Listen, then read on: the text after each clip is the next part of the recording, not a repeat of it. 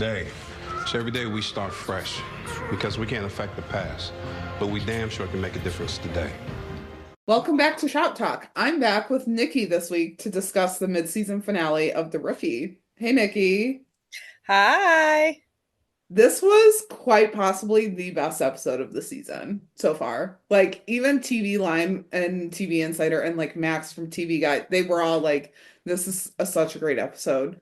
There was TV Line had counted it like 3.5 twists or something from the show. And that's not even including the Chenford of it all. So yeah, I mean, we've got a couple of things that we've been waiting on for so long. So we'll just jump right in. There's only one piece of news because the rest are just postmortems, but we have the episode 9 description titled The Kiss for March 11th, and it's the team mobilizes to locate its suspect after a deadly series of events affects one of their own. Meanwhile, Selena takes on her first case with Bailey's help. So we know that the one of their own is James. And I would assume, I know that people have been thinking that the kiss is relating to Chenford, but I think it's about James because Obviously, it has to be about James because of the whole yeah. cheating aspect. Stop. The air quotes around that was perfect.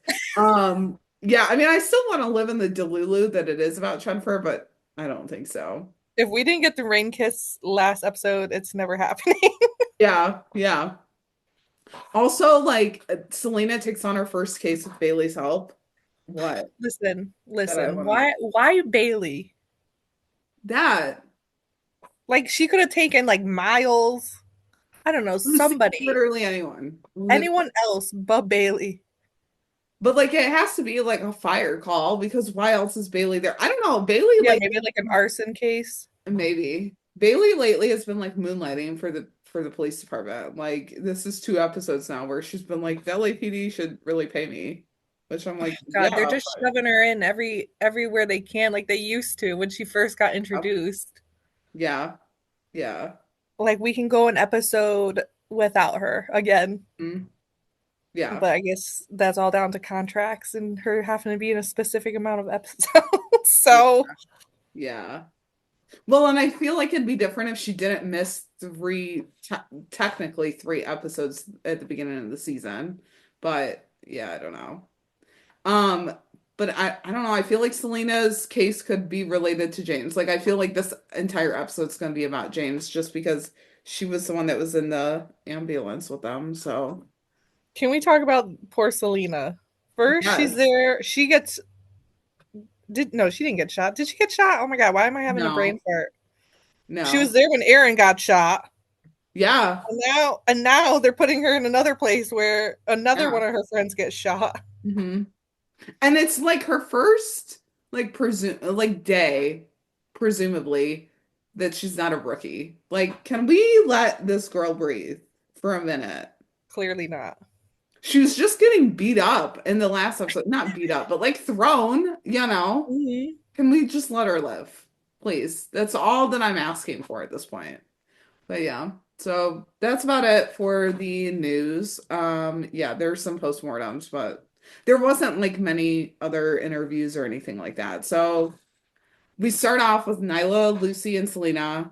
They're hiking together, surveying Glasser. And we find out that Greg has cut Glasser's surveillance in half, but Nyla's been making up for it because, of course, she has on her own time. Which I want to know how Gray took that because if he had to cut down the surveillance, like, was he really okay with Nyla just being like, yeah, I'm just gonna keep doing that on my own time? Probably not. Like, I guess because she's a detective, but still, I don't know.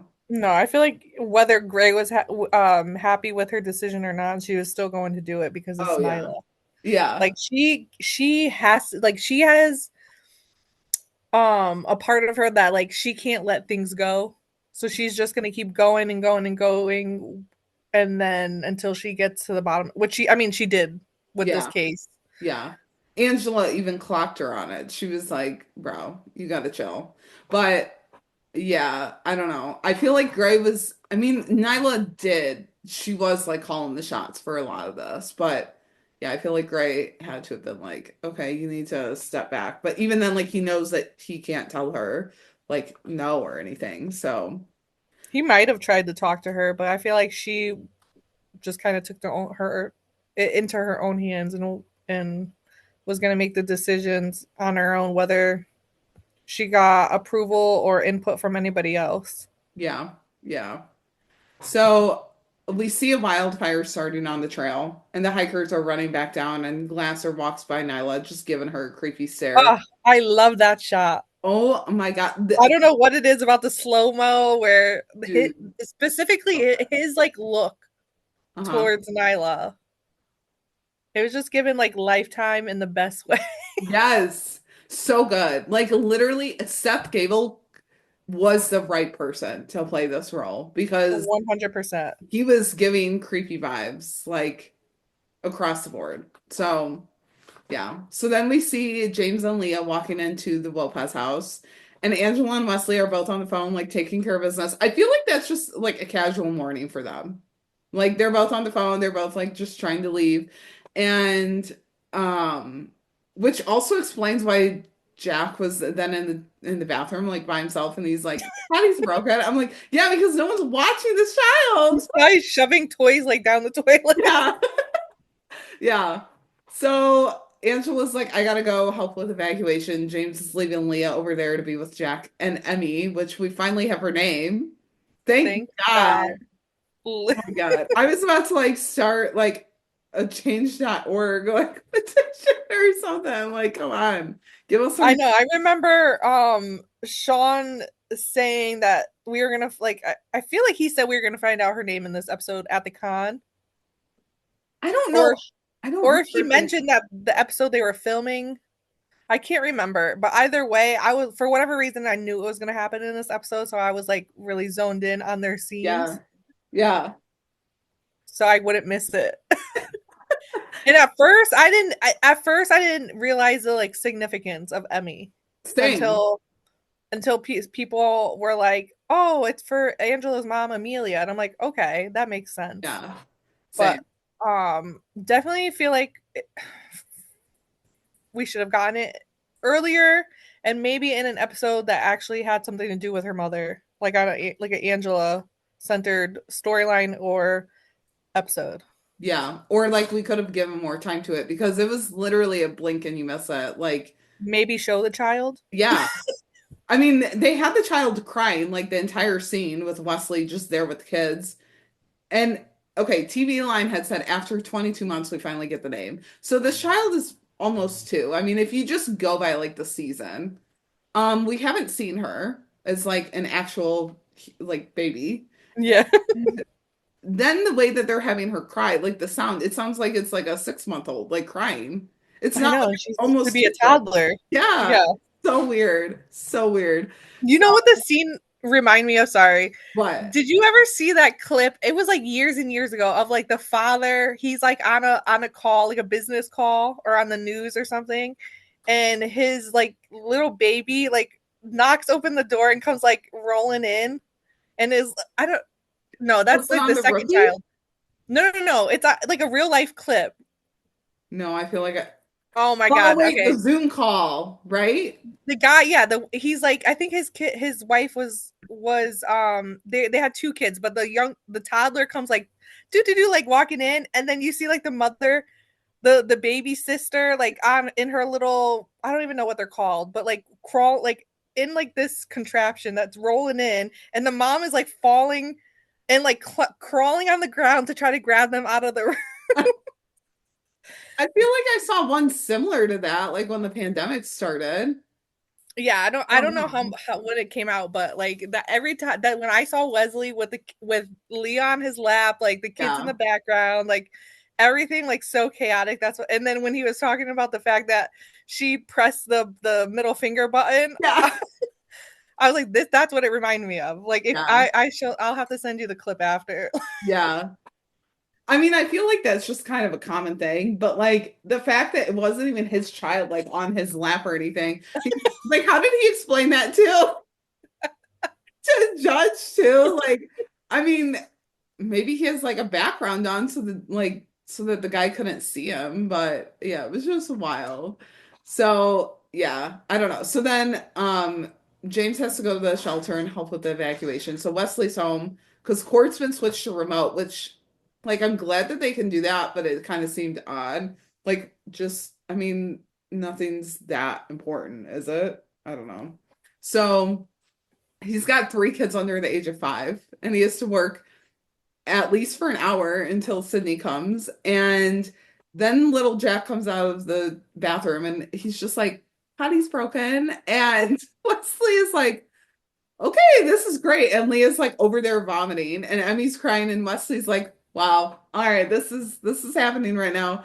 And I'm just like, I'm eating this up, crashing out. Like as soon as we had James and Wesley just with their kids, I was like, oh, this is the content that I need. Actually give me more scenes like this, just like on a random like Tuesday night for them. And they're just like hanging out with all the kids because the girls are like out. I don't know. But I'm like, I oh would love my it. gosh. I would love it. And then when they said Emmy, I fully crashed out. I was like, I'm done. And it was like literally 4 minutes into the episode, if that. And I was like, I can't do this anymore. So Sydney calls him and tells him that she can't come due to the roads to the wildfire, which is a fair argument. Like, yeah, I wouldn't brave it. I wouldn't try to brave it either. But even Wesley's like, yeah, we got this. Great. I'm like, these are your children. You should be able to take care of them anyway. Plus one extra. I don't know what the problem is. He's But also, like, like, yeah, I get to work. So yeah, so back at the station, Tim briefs Gray on the status of the wildfire. And like I know that he had to, like, just for the sake of the show. But in my mind, I was like, wouldn't Gray be briefing Tim on it? Like he's the watch commander. He's like higher up than Tim. It was yeah. weird to me. I was like, okay. And so Nyla's convinced that Glasser started it, but Lucy says it's too soon to tell. So Gray reassigns Miles to John for the day because Tim will be busy, which I liked that pairing. And Seth is staying at the station all day to help with communication between the city and state and federal agencies. Probably best that he wasn't in the field, but also he's a rookie. And I feel like that's a big job for someone who's a rookie. And I feel like it shouldn't have, one, just been him, and two, it shouldn't have been him at all.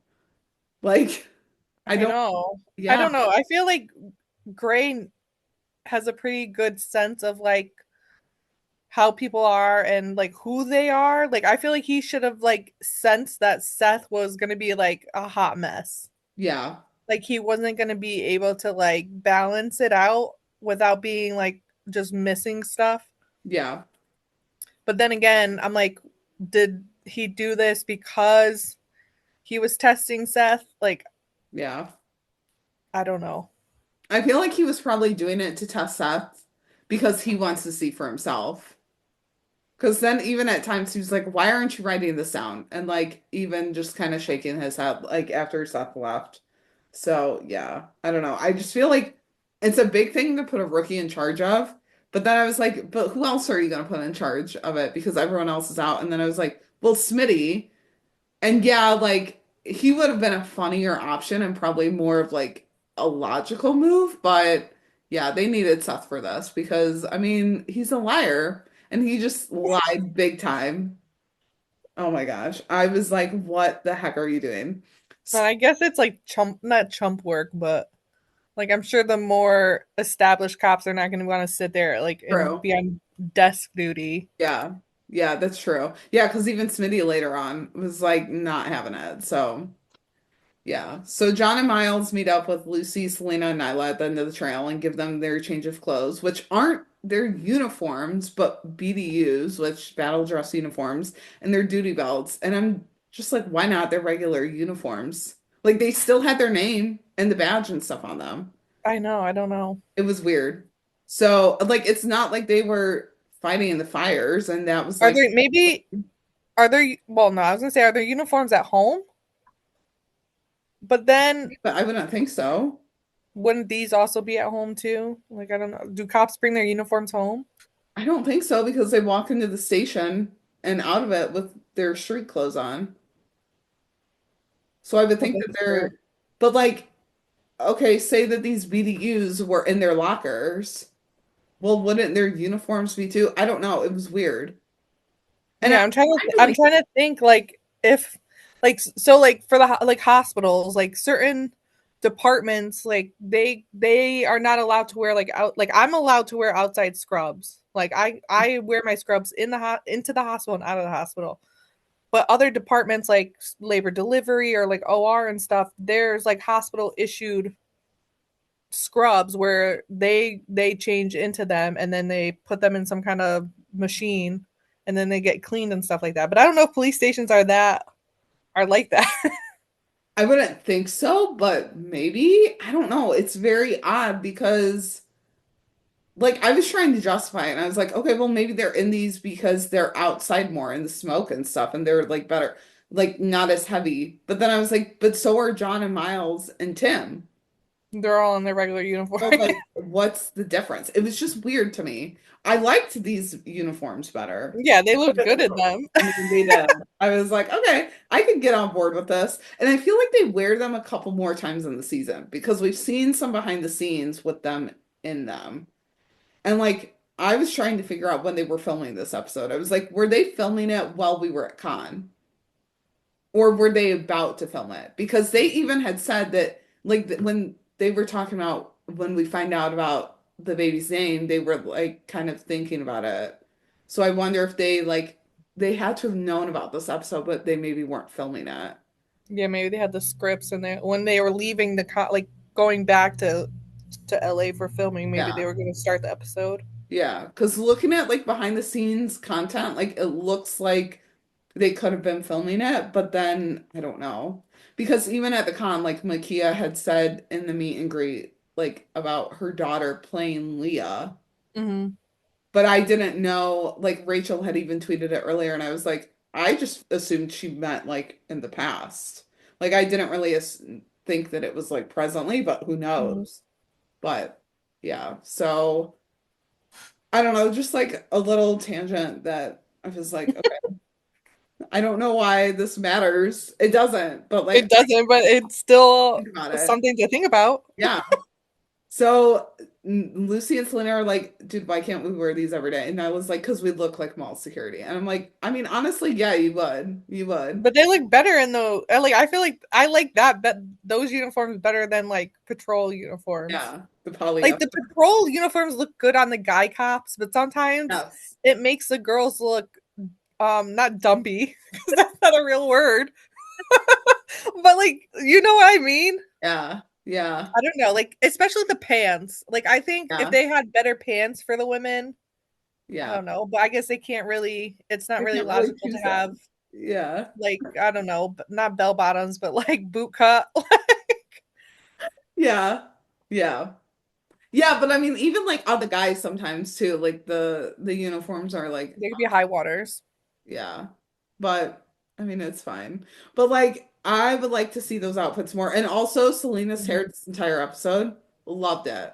They need All to of go it. back to doing their freaking hair. Yes. All of Like it. I love when like in the earlier seasons when they were doing Lucy's hair and different styles. I'm like, yeah, she looks good in the bun. Yes, I love the ponytail. But yeah, I miss like the different hairstyles, like the with the Yeah. braids and all that stuff. And like, I feel like it's not realistic that she would do the same hairstyle every single day, That's what I'm you saying. know? Like some variety. Hmm. Her low Like I'm sure she ponytail wouldn't though, want huh? her low ponytail though, this entire episode, amazing. Loved With the it. piece yeah, with Yeah. the frontal pieces. Oh, so Yes. good. Yes. So good. All of their hair was just, oh my gosh, amazing.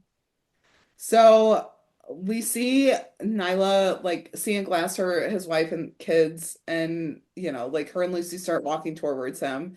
And Gray can't spare the manpower for Glasser's surveillance, so Nyla's still surveying him. Because during a wildfire, yes, like, you know, someone needs to surveillance them, which, yeah. So Nyla's like, you gotta pack up and go, like, go to the Hollenbeck shelter. And the wife is like, are you here to help us or harass us? Listen, I watch enough true crime. I was I was sitting here. I'm like, why is she looking at them like that? I said, one, she looks like she's involved in the Yeah, murders. I was like, she yeah, looks like she knows what he's doing and like is part of it. Like those Yeah. crimes where you have like the women pretty much luring the victims and then Uh-huh. like for their man. Like that's what it was giving. Those are Yeah. the vibes that she was giving. Yeah. Well, even like at this point, I was like, she has to know what he's doing, right? Like, how And do if you she not know? doesn't, like, she's really dumb. Sorry, but she is. And if the cops were like following you and keeping an eye on you and your family, why would you not question that? I listen. I mean, we all want to be Weird. delulu sometimes, Right. but you cannot be that level of delusional to No. be like, not my man. Yes, your Yeah. man. Like, Like, I don't know. I could never turn a blind eye like that and just pretend yeah. like, yeah, that's not a thing that's gonna be happening. Like, especially like later on when she's like, yeah, I know a place that he can go. You know, he has like, you know, places like spare places Yeah. where there's no people around that he has access to, and you're still like, no, like will never happen. Yeah. Well, and like again, how do you not have red flags raise up like, oh yeah, where is he going? And like, why are the cops like following us to the shelter and stuff? Like, are you really that just out of touch? Like, it was just so weird. I was like, oh my gosh. So we go over to Tim and he gets a call from Jenny, and the boys' school is closing early because of the wildfire and air quality. And she's like, I'm stuck in traffic, and he offers to get them and take them back to his place. I did not think that we were gonna get all of this. So yeah. So then he like walks up to Seth and sees Seth holding two phones up to his ears.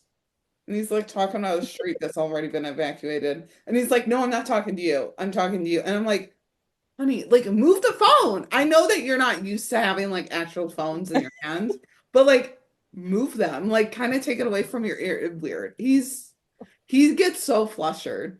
So then he picks up the third phone and it's the deputy mayor who needs to be patched through, and he accidentally hangs up on her, which Amazing. I would probably do the same. And on accident, truly. And Tim just rolls his eyes and he's like, I'm going, I'm leaving. Let me know if you need anything. Like, Tim He has could no care time less. for BS. He's like, yeah, he's drowning. Oh well. Yeah, like I'm not even gonna try to help him. I'm so over this rookie right now. So we go over to the shelter, and James is briefing a group of volunteers on what will be needed with the families coming in and all that. And Selena shows up, and he's like asking how she's doing and all that. And so Selena's there as the LAPD liaison officer, and she's there to reunite families, direct them to resources, and get anyone into the missing MUF and MUP system immediately. So then we see Kylie come in, and we find out she's been at the community center before helping, and is the only one who appreciates or tolerates James's taste in music, which I don't know. I feel like that was kind of a weird thing to put in, but it just kind of gave us backstory to her.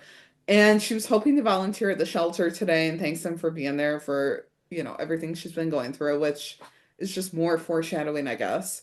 So we get like a sliver of Balin during this episode, which I know that a lot of people, Nikki included, were like, thank God. Which after last week, I was kind of like, yeah, the focus does not need to be on them. And so they meet up during a call and they start like flirting. And I'm like, can we get back to the situation at hand? Like the entire city is on this is dealing with this wildfire. Like you guys do not need to flirt. And so they have to move a car and they end up breaking the windows to get the fire hose through the window. But like the owner comes out with a rifle and Bailey's like, hold my beer. And she just like turns the hose on like full fledged. And she takes him out and she's like, the LAPD really needs to start paying me. And I'm like, can you just like not flex for an episode? No. Please. Like I'm over it. So yeah. Yeah, I don't want her anywhere near them anymore. Yeah. I don't know. I understand that like her cases are always gonna like come up with the police and like there's gonna be overlap there. But I feel like she's always meeting up with John. So we never see her with any other character. And then like when they do meet up, it's just like they're solely focused on each other and not the actual call. Like that's not how it goes in real life. Like I don't know. It's just weird. I know. Listen, not to bring other shows into it. No, But please do. I'm just going back to the fact that, which really has nothing to do with any of this except for the fact that dear Lexi says it's unrealistic for them to like run into Yeah. other patrol stations in regards to like a crossover with 911. But yet every single call in the city it is okay for Bailey to just show up on. Like she's answering every single call that they're on. Yep. That's unrealistic. Mm-hmm. When there's multiple fire stations Yes. Yeah. all over the city. Yeah. Like, Anyways, come on. We can bring in other people, or we don't need to necessarily have fire station on every call, but okay. Yeah. Wild. I don't know. It's just like when they're forcing it down our throats, that's when it becomes kind of like, okay, we're over this. which Like, was the problem when they first brought Bailey in. yeah. Like we don't need to see them every episode or see them like flirting on calls or anything to like remember that they're together. Like we're good. When I saw that, I was like, oh, so they're okay now because if they're being like this, then they're fine. They're acting like the whole Jason thing never happened. Like it was just weird. So we go back over to Wesley and he's on like a Zoom call with Leah sitting on his lap. Jack's just banging pots around. Like it's like a free for all in that house. I mean, it's probably still crying, like who knows? And Nyla then calls and she's asking for legal advice. But Wesley's like, "Oh, you want to check in on Leah?" And Nyla's like, "Yes, but no." And I was like, I mean, okay, yeah, she's got a lot going on, but like also, I don't know. It was just kind of like okay, you're just gonna like push her off to the side. I don't know.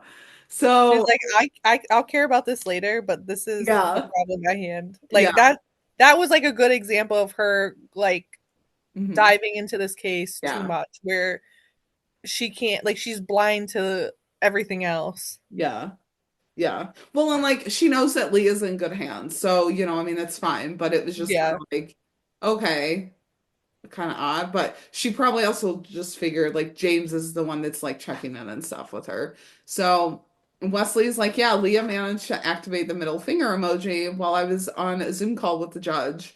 And I feel like that's very fitting for Nyla Harper's daughter. Like, just let me push that button right there.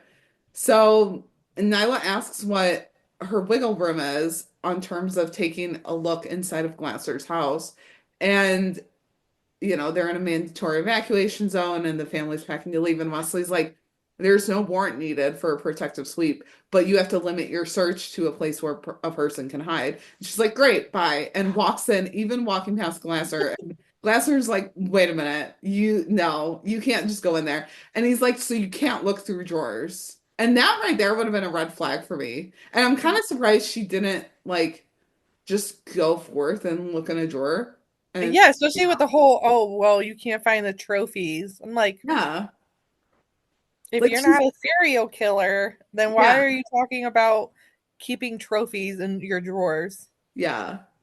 And then he was like, "Well, lucky for the looters, nothing's here." Okay, so like you're giving yourself away right now. I don't know. He was just yeah. Like, I feel like there was parts where, yeah, he was getting like lost in the game he was playing with Nyla Yeah.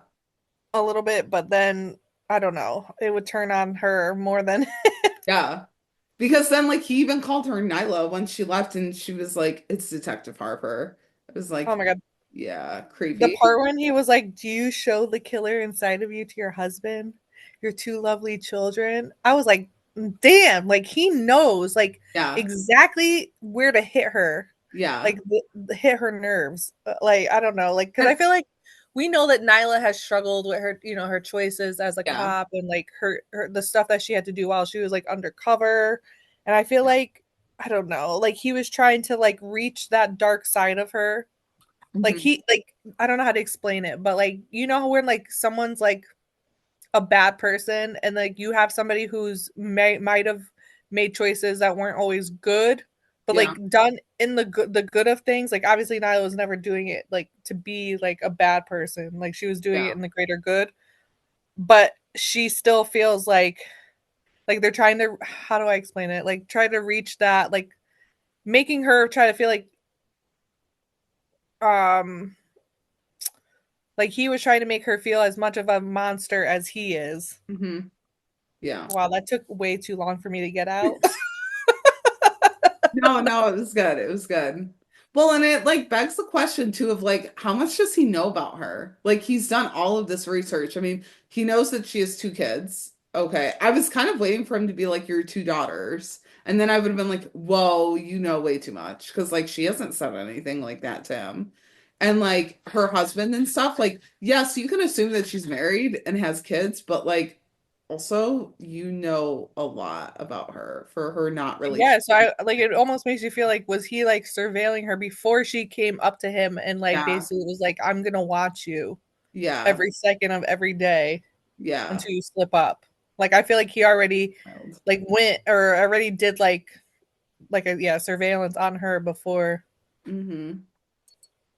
she threatened him. Yeah. Yeah. So she like clears the house, tells him to get out. And like after he pulls out of the driveway, Nolan and Penn like pull up and Nyla's like follow him. And no one's like, but great. And she's like, go. I'll fix it. Like I'm like, yeah, no, at this point, like listen to her. She is like pulling rank on you and she's the leading officer. Like, no, I would follow what she says. And also at this point, like you don't know what she's gonna do. So then we go back over to Tim and his nephews. I really did not think we were gonna get this. This is great seeing Uncle Tim. We got Uncle Tim and Uncle Wesley in this episode. I Great. know. Chef's kiss. Thank you. Loving To it. Alexi for that. So they ask where Kojo is, which Me. I mean, great, but yes, where is he? He's That like, would be my immediate thought. Be like, yeah, where's the dog? Like, who cares about you? Where's Kojo? Like, I want to hang out with Kojo. yeah, And then Tim's like, oh, he's at doggy daycare. And I was like, Tim would be bougie enough to put Kojo in doggy daycare, but also like Kojo deserves that. yeah. Well, and like, remember the episode where he was like making Ashley or making breakfast, and Ashley was like, "Oh, that's for me," and he's like, "No, it's for the No, dog." He had a a doggy, like he 5 course had a meal. dog sitter coming over. He had a dog sitter coming over. So like at some point he's upgraded Kojo to doggy daycare, which we love to see it. And Tim's like, just do whatever you're supposed to do after school. The way that he's like, I don't really care, just like stay here and stay put. Like, and they try to tell him that it's the PS5, but he's like, yeah, no, I know better than that. Which, I know my own sister. yeah, him and Jenny are very much alike, I feel like. Like, she has those kids on a whole ass schedule for after school stuff. And he's like, yeah, she runs a tight ship. And I'm like, you would do the same thing, though. I Like, know. I'm like, Tim, yeah, like, you're talking out of your ass right now because you would be the same way. yeah, yeah. And Probably 10 times worse. yeah, probably. And he's like, after you do all of that, you can do the PS5. Okay, well, wasn't like a couple of things something that like they have to do at home? Like, wasn't it like piano practice? It was like piano practice, like something practicing languages, homework. Yeah. I think it was only those three. I was like, And I'm then pretty sure that they're not doing all of that today. One, there's a wildfire going on. Two, they had like a half day of school, so they probably don't even have a bunch of homework. And I know, three, they're over at their fun uncle's house. Yeah, they're gonna play the PS5. Like, chill. like one day's not gonna kill them to be like have fun. Yeah, yeah.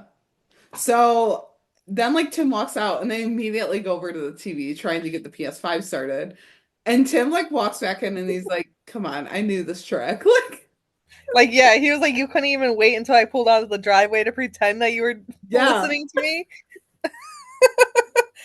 When he came back in, I was because I was expecting that. I was like, oh, he's totally gonna come back in and bust them. I was like, that is like a classic like 2000 sitcom move. Like, Yeah. you know?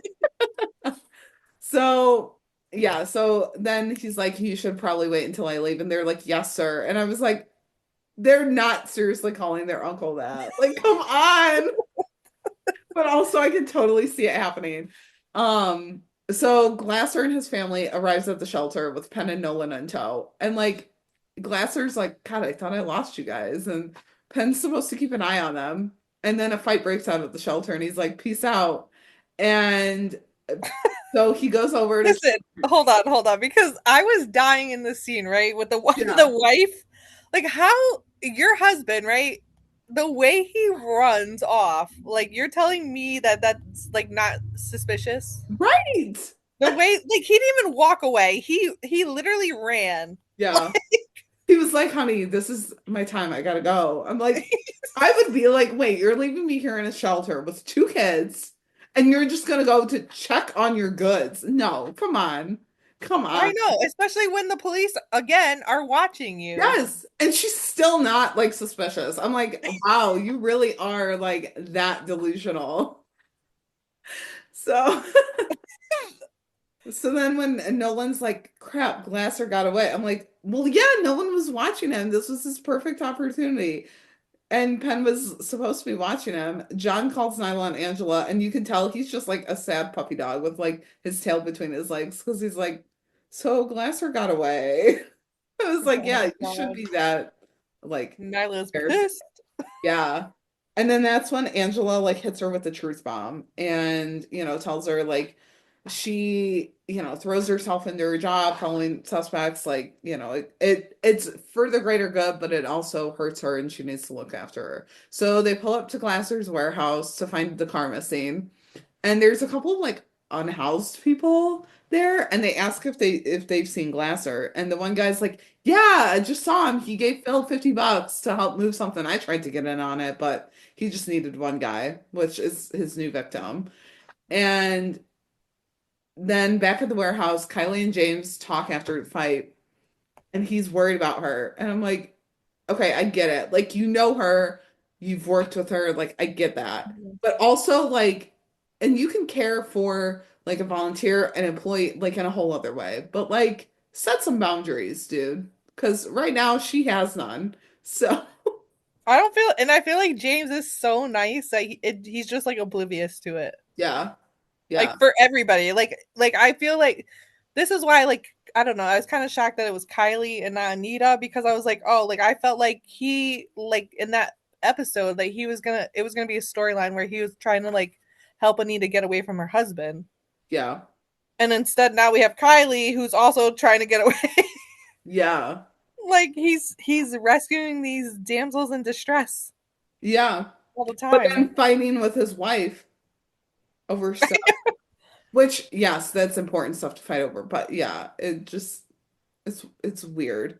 I don't know, and I feel So, like this happening or whatever, if the kiss never happened, I don't think Nyla would ever like think anything of it because like she feels so like secure in the relationship and she trusts James so much, even though this is not like James's fault. Like he's yeah. not the one who initiated it, but still, now anytime there's someone like this that comes to work at the community center or is still working at the community center, Yeah. Nyla, I feel like is gonna have a hard time um finding that trust again.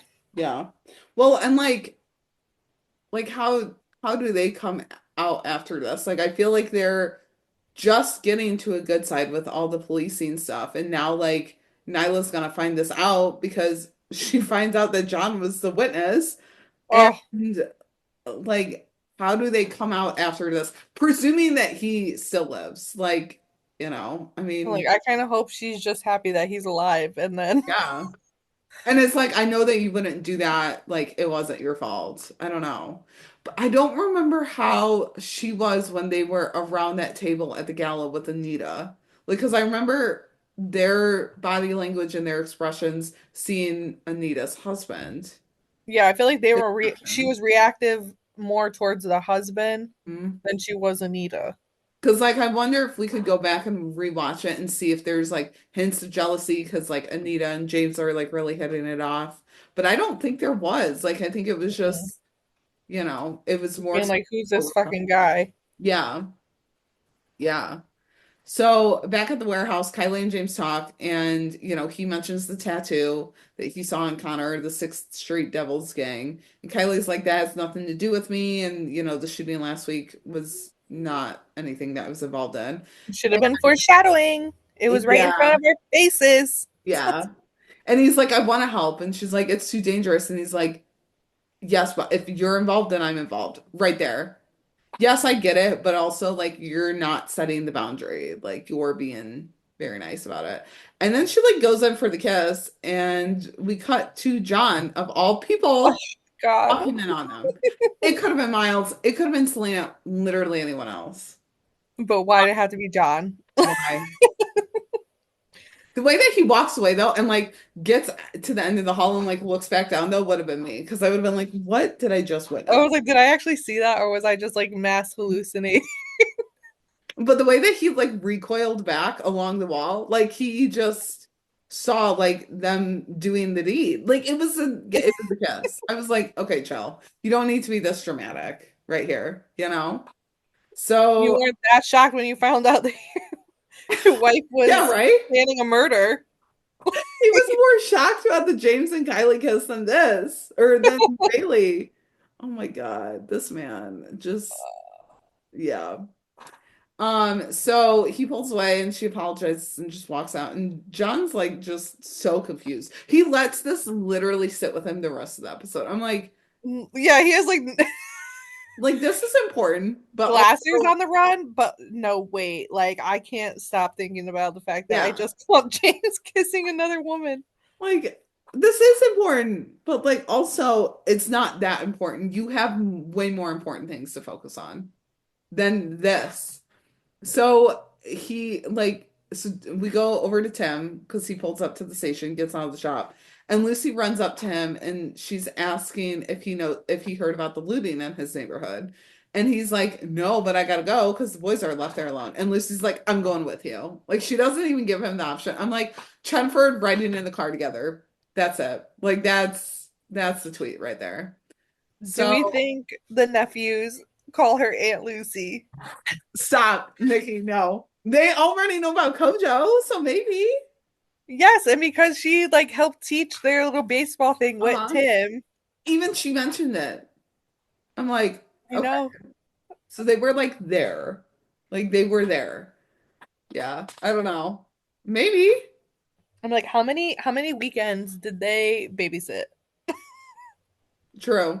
I was kind of thinking that the boys would be younger though. Like I wasn't thinking that they would be like older like that. I can't remember what the baseball game, how old was it, like I was gonna say Pee Wee, but is that football? Yeah. No, hockey, I think. Little League, A basically. little league. Yeah, that would mean like they're like not, I don't know, Did we see youngins. the boys though during that? Or we saw one of them, I guess, right? I feel like did we see a home run or did we just see Chenford's reaction to a home run? I feel like we just saw Chenford's reaction and like Jenny. I feel like we didn't see a boy. I don't even I don't remember seeing when a was boy when was that or episode? any of the boys. Season 5, right? Yeah, because they broke up in season 6. Yeah, I don't know. I feel like there were promo photos of a boy, but I don't remember like there was an actual scene. I'll have to go back and watch that. But yeah, so Lucy's going with them, and then instead of like following up with that, we go over to Bailey, who's literally on fire. Like she's like putting out a fire on her arm. And John's like, "Hey, can I call you and ask for advice?" Dude, she's literally on fire. Long. Move along. This is not the time to be worried Like, about that. yeah, the fact that he literally went to everybody in the friend group and was like, "What do you think about cheating?" And then ends up telling Wesley exactly who he's talking about. And he's like, "Can you go and talk to James?" No, you can. This is your You saw problem. it. I didn't see it. Yeah. I'm not getting involved here in I your just, mess. I'm like, did yeah. you? Oh my god! I was just like, close your morality pipe right now because I'm Yes. like, you didn't have this much energy. You didn't go around that asking everybody what you should do about the fact that you found the text of your wife Right. planning a murder. Yeah. You're keeping that a secret, but you're Where not was keeping that this a energy secret. last week? Right. Yeah. So, yeah. So, like, but I loved how Bailey was like, "Can we talk about this later? I gotta go." And he's like, "Yeah, sorry." And he's like, just kind of like, "Oh shit, like I shouldn't have done that." After he tells everyone. And I'm like, "Yes, because you should not be worrying about this right now. Like, your morality and your moral compass are great at times, but like, you don't need to be worrying about this at this moment." And so then Nyla and Angela walk up to John at the shelter, asking where Glasser's wife is. and because he's in the wind and they need to know where he would go. And so like he then takes the opportunity to ask Angela, who is like 10 feet maybe behind Nyla. I'm like, bro, read the room. And he's like, hypothetically, what would you want to know if your significant other was cheating? And Angela she gives him some advice, maybe not the clearest. And she's like, if Wesley so much kisses another woman, I'll be a wealthy, glamorous widow. Which like whole mood. She is a mood. And John's like, okay, that didn't really help. No, because everyone's not thinking of that in this I moment. mean, you know it's gonna end badly. Yes. Yeah. Like, is there ever somebody cheating and it turns out good? No. Right. Oh my gosh. He's just he's on another one. And so Nyla goes up to talk to the wife, and she is pissed. Like, the wife thinks he's protecting his business, and Nyla's like, come on, he switched his cars, he's disappeared. And the wife's convinced that he's innocent, and she's like, Nyla's like, he's a psychopath and he's going to commit serial murder. So you're either complicit or you're in a pathological state of denial. And the son, Theo, is right there listening to all of this, and John tries to pull his attention away. That's like the one good thing that this man did this episode. Like, I'm sorry. It is. And he's like, do you know where your dad might be? And Theo's like, it's a secret, like a secret, especially from the police.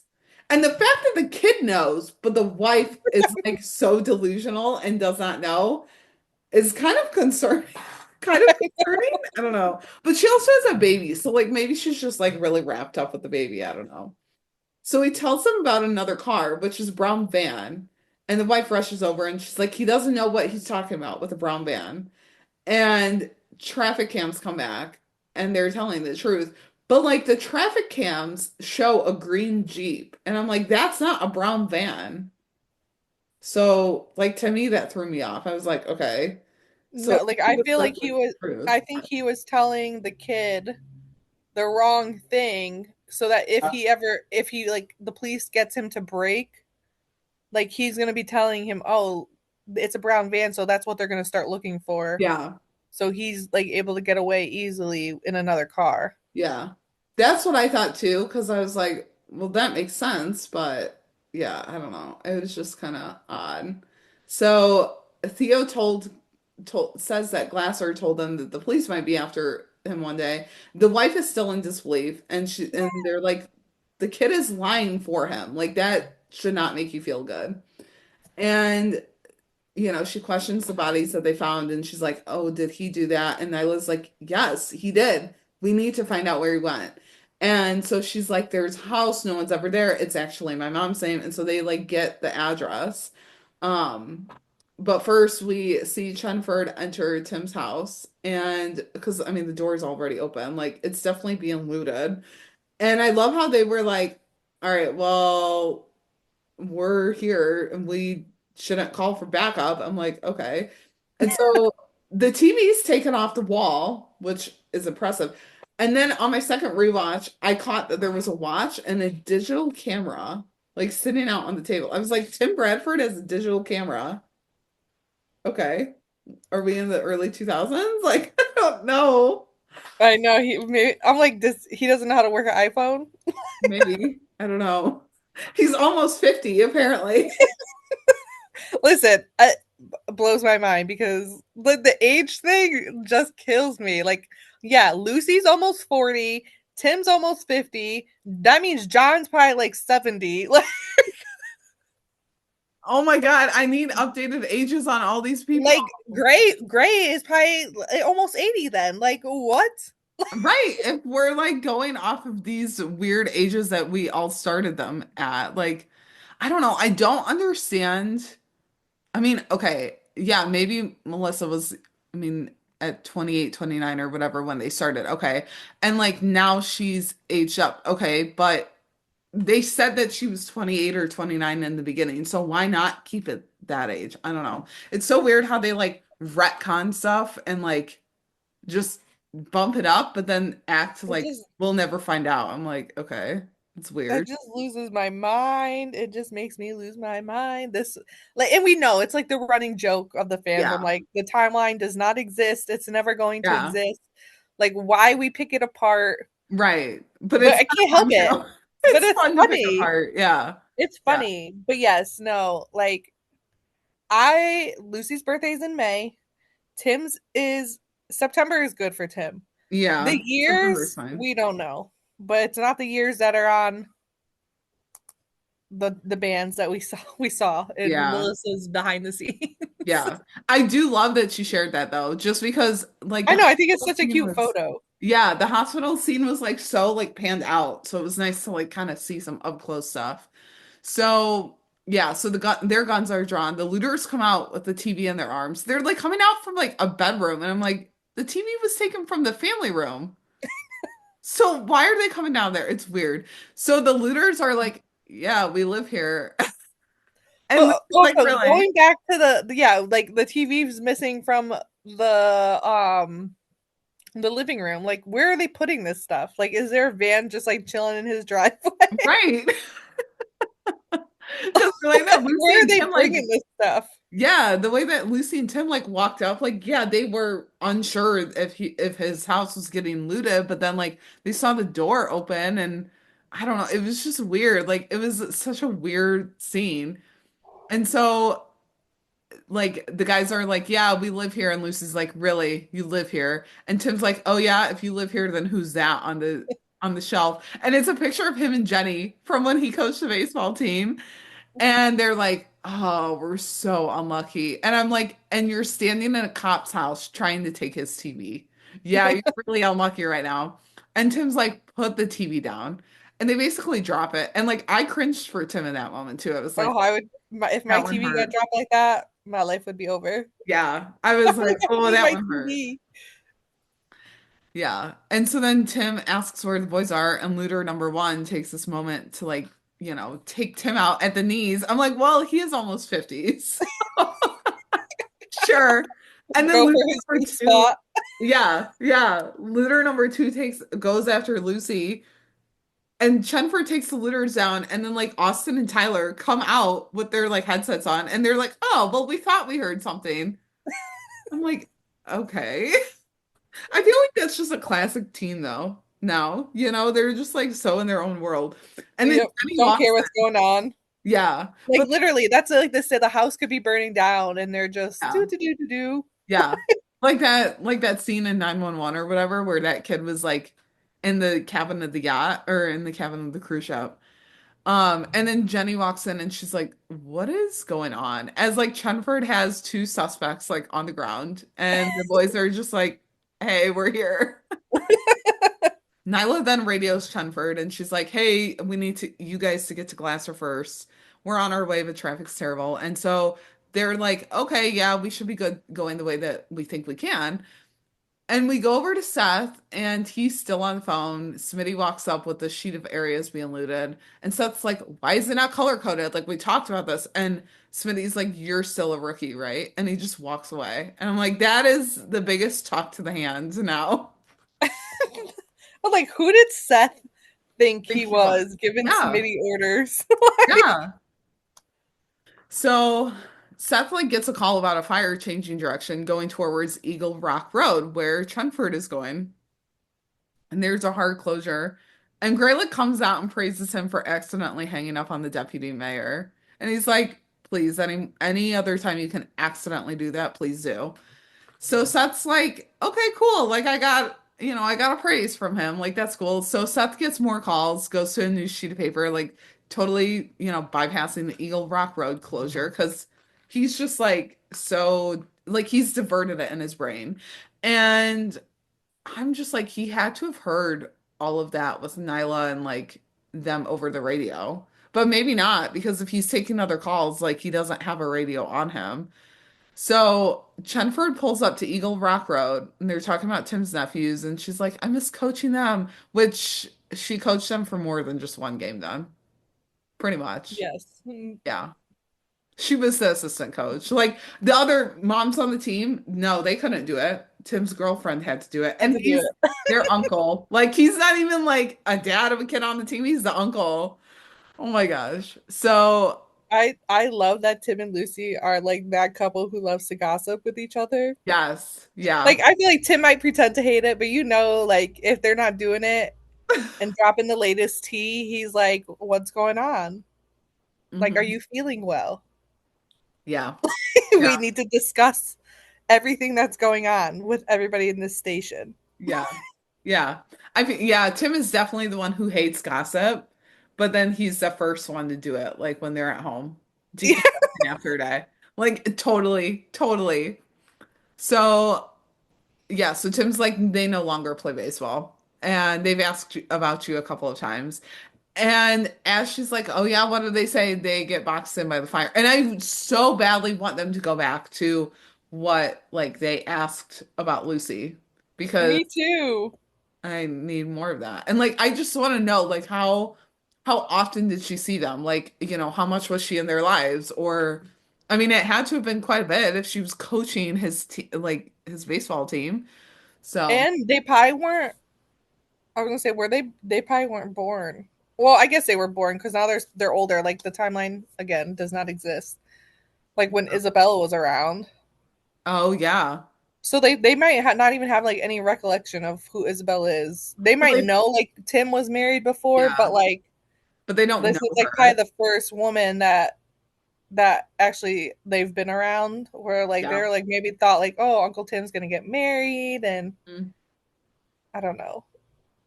Well, and they have to have been around Rachel too, or at least Jenny has, because in the gala, Jenny was like, "Yeah, I'm gonna go get drinks with Rachel," and we're like, "Wait, what?"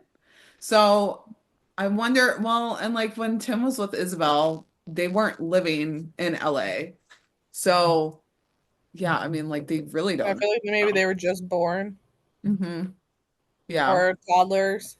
Yeah. Because I'm sure the Tim and Isabel thing was like when he was not like just starting off on the job, but like only a few years in. So, so yeah. So Gray can't get them help until 30 minutes later. And they're like, well, we can't get down off of this unless we go down a cliff. And so they get out of the shop because they have to get like away from it because it's basically a bomb waiting to go off. And Tim's like, I'm gonna grab the fire shelter. And he's like, I saw a video on YouTube once on how to use it. And in my head, in the second rewatch, I'm like, you crawl under it. Like, I don't think it's that hard. Like I feel like Tim, we know Tim's not a liar, but I feel like for the sake of this situation, he should have just given her like a simple yes. Yeah. Like Yeah. not be like, oh, I've seen this on YouTube. Like, Yeah. bruh, you guys are about to die, and you're gonna Right. tell her, oh, I've seen it on YouTube. Like, And then you just like go and like crawl underneath this. I'm like, what is there to it? Like, it's not hard. Yeah. I know, and So they didn't even like wrap it under them. no. I mean, I'm sure that there is probably more that goes into it, but like the right side to use or something, I don't know. But I was just like, I, okay. Like, why did you have to mention YouTube? Like, oh yeah, one saw it on YouTube. Okay. I know. Like, you're really showing your age now or something, sir. Like, okay. So Gray calls Ridley and he needs LAFD command on the phone ASAP because water drops have to be done. So he mentions Tim and Lucy being pinned down at Eagle Rock Road, and Seth's not writing anything down, just pissing Gray off more because he's just blacking out. And literally his brain was breaking. It was like the whole TV noise type of thing. And Literally. I wish we had like if we had the old school YouTube crack videos still around, Mhm, it would literally just pan to the like, mhm. Every time he lies, I need that for every time he lies. oh my god. I just can't get like I keep trying to hold out hope for Seth, but like he just keeps disappointing me. Like Yeah. literally every time I think he's moving forward, he just takes 5,000 steps back, and it just kills me because it's not like it's a little mistake he makes. Like it always causes like a huge ripple effect. Yeah. I don't know. Like we could easily say that he got like distracted from Gray because Gray came over and like started talking to him like right after he took the call and wrote it down, and like it honestly slipped his mind. And I feel like if it was anyone but Seth, like we could easily forgive him or them. But because it is Seth and his behavior and he's always lying, it's like just so hard to swallow. Yeah. Yeah. And also just like, I mean, like you said, like it's usually not a big deal at the beginning, but like this one, I feel like is such a bigger deal than his other lies because it's affecting his TO and a sergeant's life. Like they're literally in danger. This is not just like an ex-girlfriend died, like, because she, OD'd or anything. Like, no, this is a bigger thing. And for him to just crumble up the piece of paper, put it in his pocket, and then like we pan back up to him and he's just like, okay, just moving on. I'm like, no, we cannot just move on from this. I know if he had gone to Gray and like owned up to his mistake right then and there, like I feel like we could have digested it a lot better and like Yeah. we wouldn't have been so mad about it because like obviously like you said earlier, Chenford was already there. Yeah. Like so there was no way for him to like get them out of there because they were arriving there at the same time he was getting the call. Yeah. So like it's not all I guess not entirely his fault, No. but But they he could have still been should able have to back out communicated. of there like ASAP or Yeah. not like gone as far down the road as they had. Yeah. Like he still should have communicated it. Like, and I don't know if he had a radio like on him to keep in touch with other cops. I would assume so. But also like he was busy manning three phones and like doing all these different calls. Like I could see not having that. But even then, like still tell someone that's around there and have them like radio it in. Like something. Not just shove the piece of paper in your freaking pocket and then Yeah. go later on and actually search out Tim and Lucy Yes. and create this big story. And I'm like, did you forget that Tim literally Yeah. came up to you while you were manning these three specialty phones? Like he knows you were the ones taking the call. Yeah. Now, like it's probably a big station. Maybe other people had like access to the same type of phones and were taking the tips, but it seemed like he was the only Yeah. one. Like Yeah. Gray made it like a point to put him in this position. Like we said earlier, maybe it was a test or it was just like chump work for him because Yeah. he's a rookie. But either way, like Tim knows, like Tim's not stupid. Like he literally knew Right. that he was lying. Yeah. Like don't say, oh, like somebody needs to get fired, and then Tim's like, oh yeah, definitely, we're gonna make sure that is Yeah. happening. And then you, oh no, don't! I yelled at them already. Like Yeah. you can't even look Tim in the face and Yeah. he's not even saying anything to you and you expect them to believe that you're yelling at Right. people on the phone. Also, like you're 22. Like, chill. You're not that important. But yeah, I mean, like you said, like it'd be different if it was like Miles or, like Smitty or someone that came up before and saw him manning the three phones and like, Tim didn't know anything about it. Like, no, Tim fucking knows. Like Tim clocks him on that lie. So yeah, I don't know. It just I almost, and not even to stick up for him at this point because I don't think I can anymore. I mean, I still love him, but like I don't think I can stick up for him. I wonder if he's had something happen in his life to where as soon as he is in trouble, like his default is just to lie. Like he's had like Mm. someone get like really pissed at him and like lash out when he does get in trouble. And so now he just like automatically lies. Like, oh no, I didn't do that. Or, yeah, that happened, but that wasn't on me. Like, I feel like there's something bigger to all of this than just him like getting flustered and like lying just to lie because that's all he can come up with. Like, I don't know. There's no reason for it. And being a cop, like that shouldn't even be a thought process. But the fact that it keeps happening over and over and over again is so concerning. And even Lucy's like unsure of it in the hospital too. Like Yeah, forwards end. So yeah, I don't know. I need to see and the I other officers clock him on all of these lies. Or and I feel like if it doesn't lead to anything or we don't like actually like find out why he behaves the way he does, like I feel like and then he just like we don't know if they're coming back like next yeah. season like Miles and Seth as characters, like Mhm. not that about the season coming back or anything cuz we're definitely getting that renewal. Yeah. But um like we don't know if the both of them or either of them are going to be back next season. And so like I feel like I'll be if he doesn't come back or something happens where like obviously he gets cut or like I feel like I won't be satisfied, especially if it just Yeah. doesn't get explained why. Like you Yeah. said, there had something happened maybe when he was a kid Right. or like that caused him to obviously there's no other explanation. People just don't behave a certain way for no reason. Mhm. Like it all stems from something. So Yeah. I feel like if we don't ever find out what that something is, I'm not going to be satisfied. Yeah. How long are we going to go on with this for Seth? Like at this point, we're already halfway through the season, 7 episodes in with him. I mean, are we just going to find out in season or in episode 16 that he just has a line problem and he's out of the rookie program? Like we need more of a resolution to this for sure, Mhm. like you had Mhm. said. So we go back over to Chenford and they're under the shelter and Lucy's like, is this gonna work? And Tim gets all technical and Lucy's like, I just want to hear yes. I don't care about any of the other technical stuff. Oh my god, when Lucy places her hand on Tim's chest. Oh, And she's I was like, like I'm sitting there and I'm like she just wants to feel like his heartbeat to like calm herself, but like also to like make sure like they're still in it. Like they're still yeah, here. yeah. But even like her voice kind of gets shaky because she's like, I just want to hear yes. Like I don't care about anything else. And as they hear rumbling, he's like, there's something I want to tell you. And she's like, I don't want to hear it. I know because I know what you're gonna say.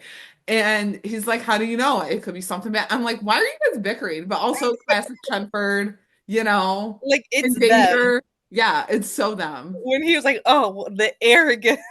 Yeah. I'm like, oh my God, you guys, this is You're not about to the time. die. Like get real." Yeah, this is not the time, but also like keep going because this is classic Chenford.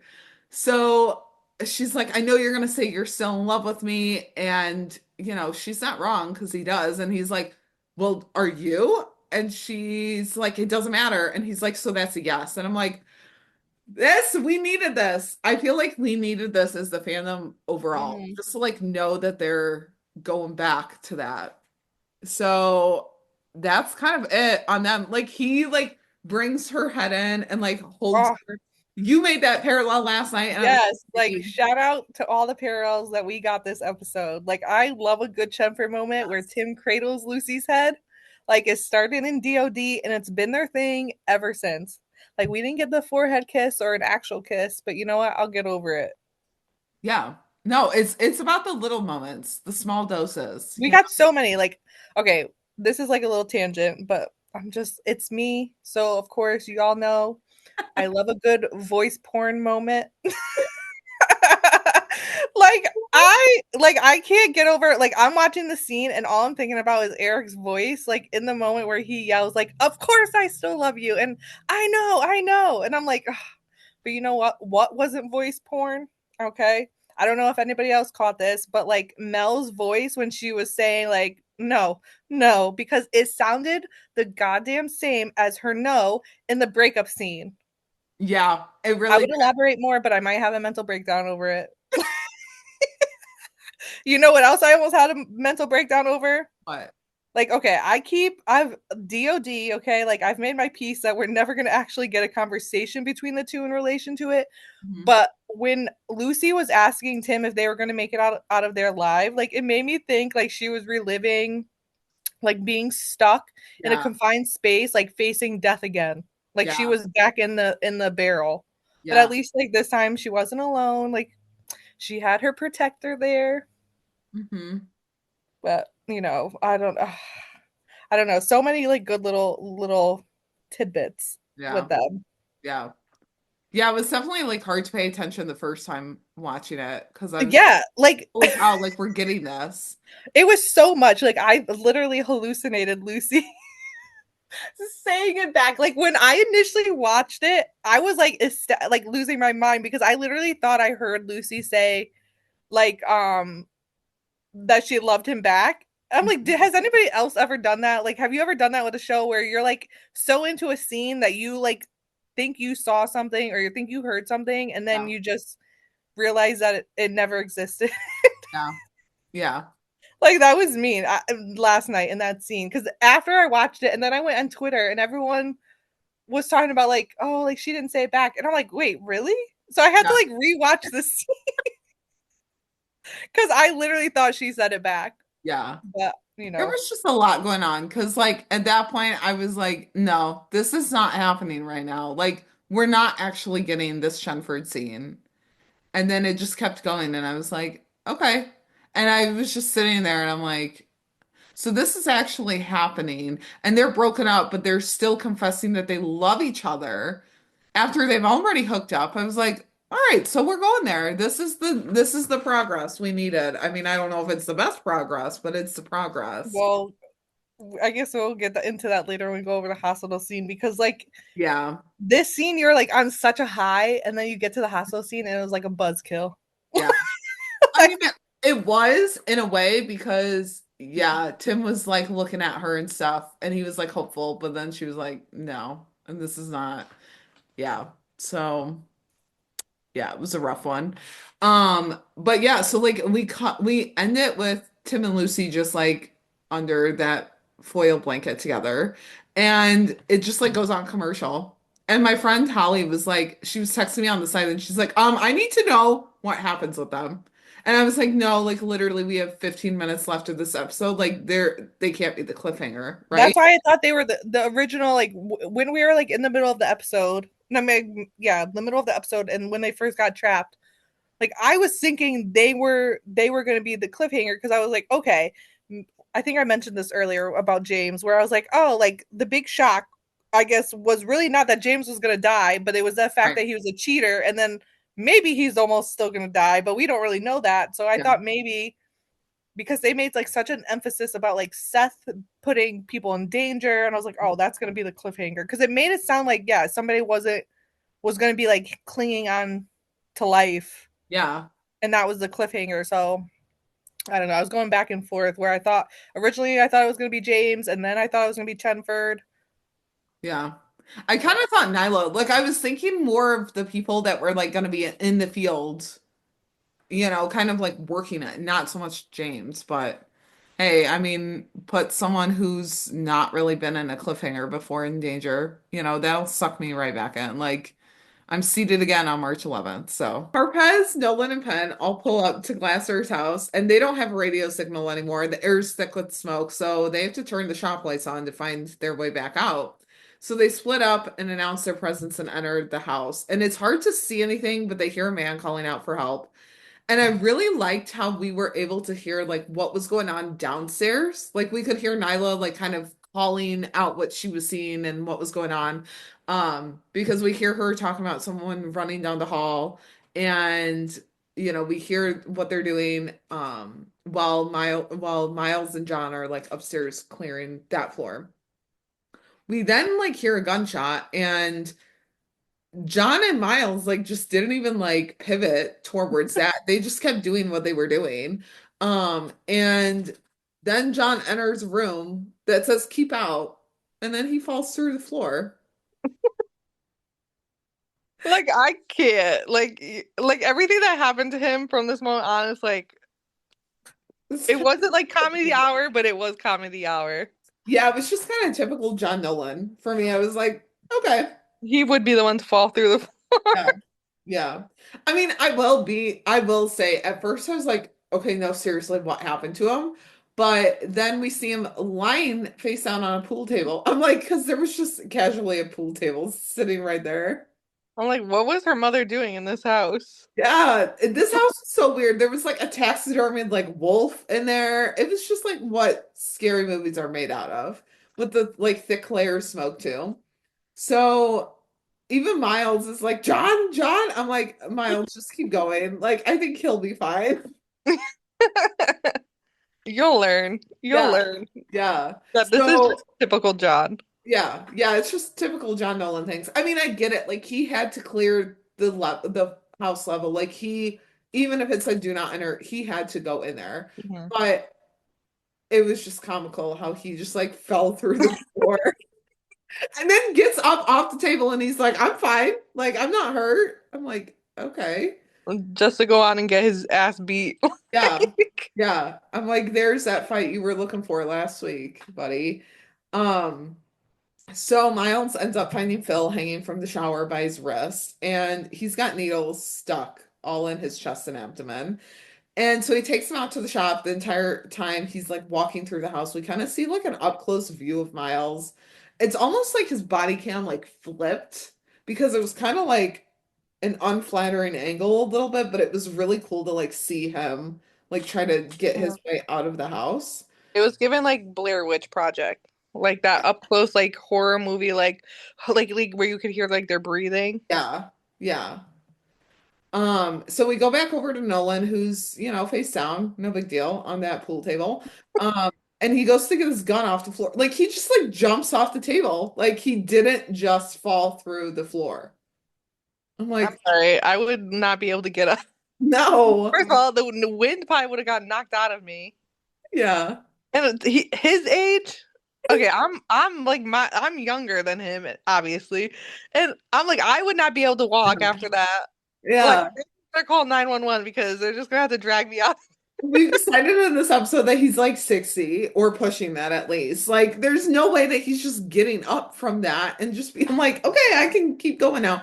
I'm convinced that him and Bailey are like not immortal, but like, I don't know what the right word is. They never get hurt. They're like, Yeah, like Immortals, right? yeah. Yeah. So, yeah. So then John like goes to get his gun and Glasser is like behind him with a bat. And I'm like, here we go. We're getting a Nolan fight scene.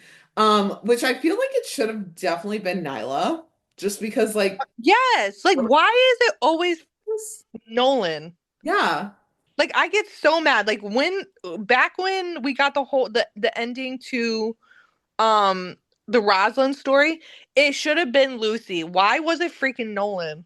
yeah, All the big storylines that have nothing to like he is not the main one involved or it's not revolving around him. He's the one who ends up having like the big shebang at the end yes, for it or getting them or yeah.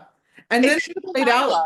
and it's played out that it's like more like it affects him more. I'm like, it didn't affect you. Because that's how it Yeah, was. you weren't the one who was like driving yourself crazy, Yeah, like scoping out him like every five like on your off hours for who knows how long she was watching him, like overnight. Like, yeah, was she even sleeping? right. Like, I don't know. She was doing all this stuff to catch him, and you're the one who's gonna just swoop in and take credit for it, Yeah. which he didn't do, but like, Yeah. still. And I'm glad that like she put the cuffs on him and like shut the cell door on him. Like I'm glad that she had that moment, but I was not that I wanted to see her in the fight scene, but I was just kind of like, I did. okay. I mean, yeah, I did too, but like I didn't want to see her like in peril or anything. But I was just kind of like, dude, this should have been her moment? So yeah, so then Angela was shot. That was the gunshot that we heard. She's unconscious, but like Nyla ends up getting her up. She like like slap her and stuff. Um and like we just don't even talk about her bullet wounds. Like where was she shot at? Clearly she's fine because she's able to walk, but a few shots are fired from like John's gun. Wait, Angela was shot? Yeah. Wait, how come I missed this? This is another blink and you miss a moment. Yeah, I literally missed this. I'm like, wait, what? You're talking Like about this right now? And I'm like I saw her unconscious on the ground, and like Nyla like waking her up, but like I don't remember her being shot. maybe she wasn't shot because my captions were weird, but I don't know. We heard a gunshot, so I would assume it was Angela. Like I remember the gunshots when they were fighting, like Nolan and Glasser were fighting, but like yeah, I don't remember. Yeah. I don't know. Who knows? Who No, knows? we I heard a might have shot. missed, like I could have easily missed it. We heard a shot like right before Nolan went into the do not enter room and fell through the floor. Yeah, But clearly I missed it. but yeah, like I mean, I don't know if it was actually Angela being shot. I think so. So, but like she's clearly fine because she can walk. So, but we never addressed like where she was shot at or anything. So, just as Glasser is about to get a sword or a knife or something off the wall, Harper and Lopez come in with their guns drawn and tell him to drop it. So that's kind of the end of that. So we go back over to Burrito Chenford, as I call them, or I saw it on Twitter earlier, Baked Potato Chenford, and they come out of their shelter and they're fine. They hug, linger. And I do kind of wish that Tim like gave Lucy a once over, just like, are you okay? Are you safe? Like just protect. Mhm. but also like they were together the entire time under a shelter. Like they were fine. But yeah, I mean, The way Tim pulls her in and like just closes his eyes like while he's hugging her. Oh my God. Like this man is so in love with her. yeah. I was kind of wanting it to be like more of a hug. I mean, it was a hug, but like it just kind of felt Like her from her. Like she like like why did she like completely I guess like she normally hugs him like that, but like I wish like yeah, she would have like fully like yeah. wrapped her arms around him, that kind of thing. Like how they have done in other, we haven't even really seen her wrap her arms around him. It's more so been like he pulls her in and like she keeps her arms like up. Tucked in, yeah. Um, but maybe they had to do that for camera blocking. I don't know, but I'm just kind of like I kind of wish the hug was a little bit more where they were like together, but you know, Hmm. fine.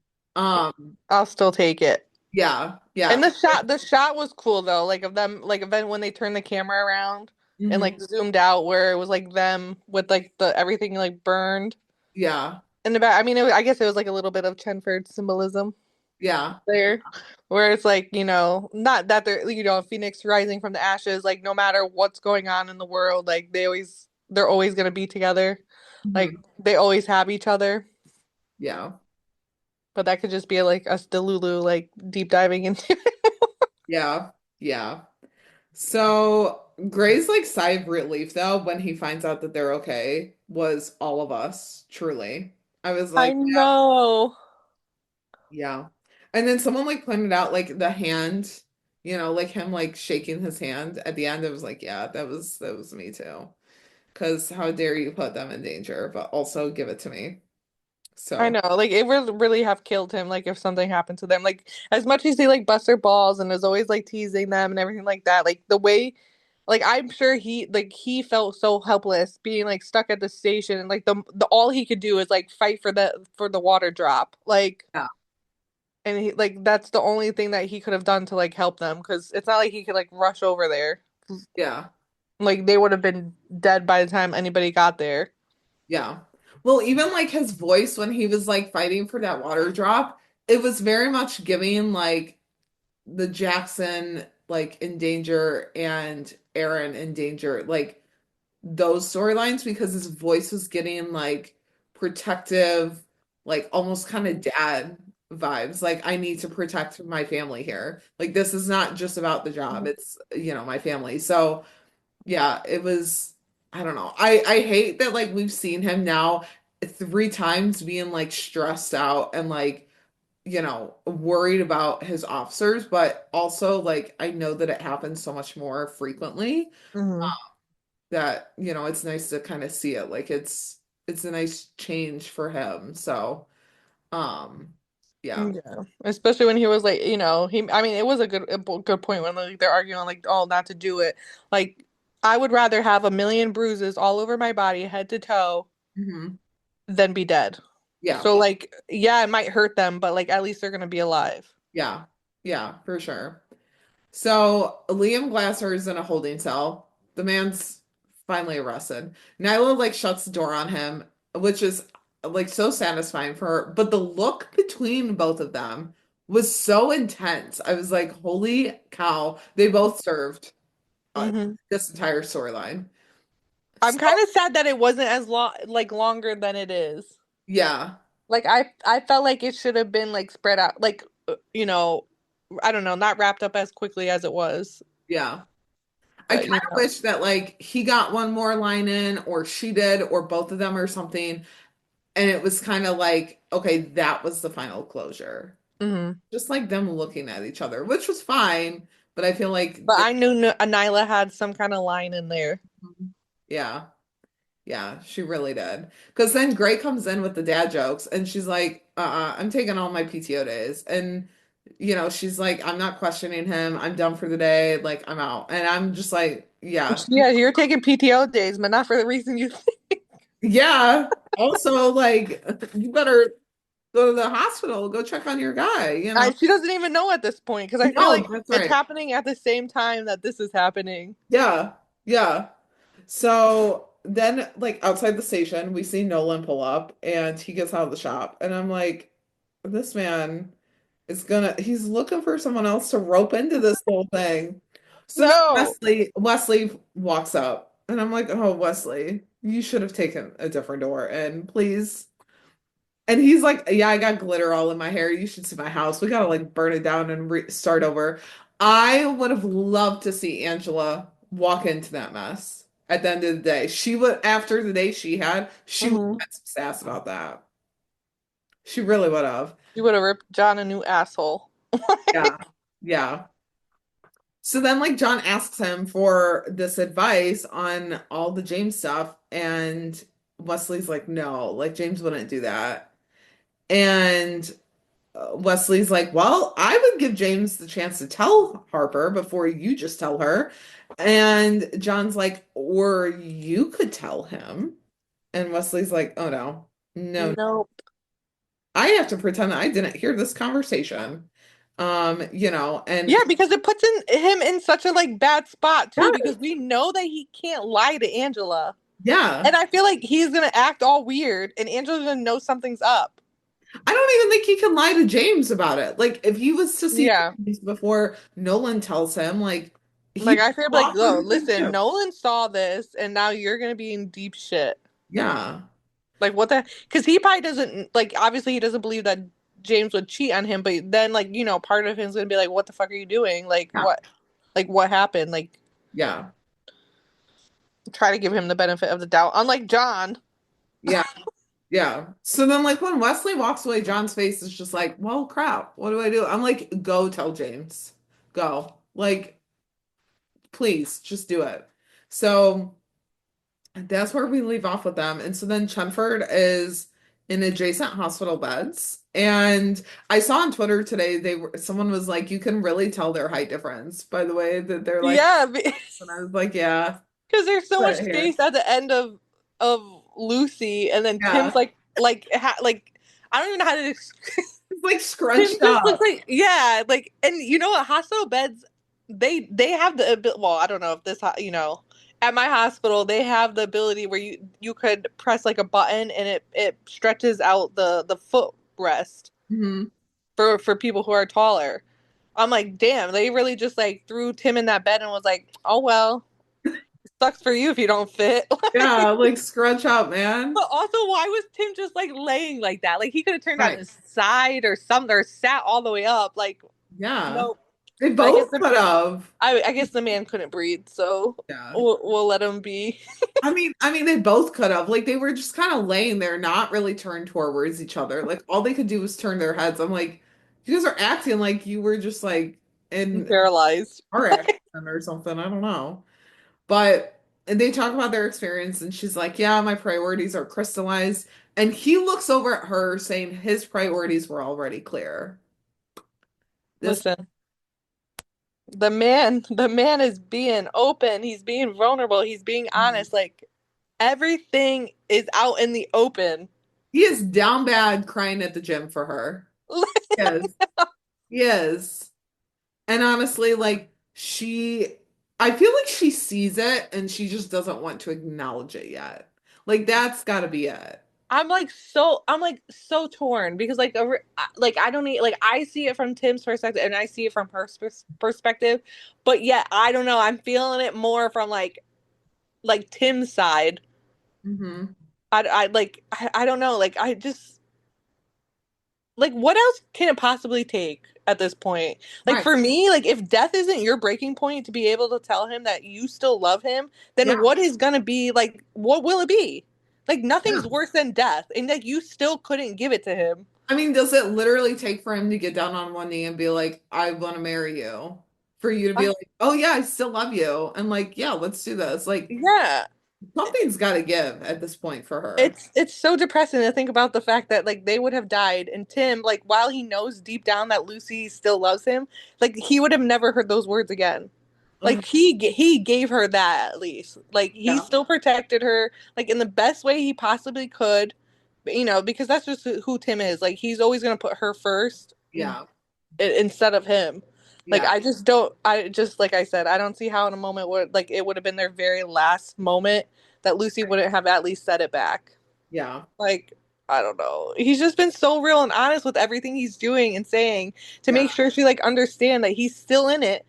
And she's like doing everything to show him that she's sort of in. Like Yeah. the wishy-washy. I would be feeling fucked up too in the head. Because like one second she's like falling into old habits with him, like but then creating something new with him as well. And then all of a sudden like getting cold feet and like running in the opposite direction. Mhm. Yeah.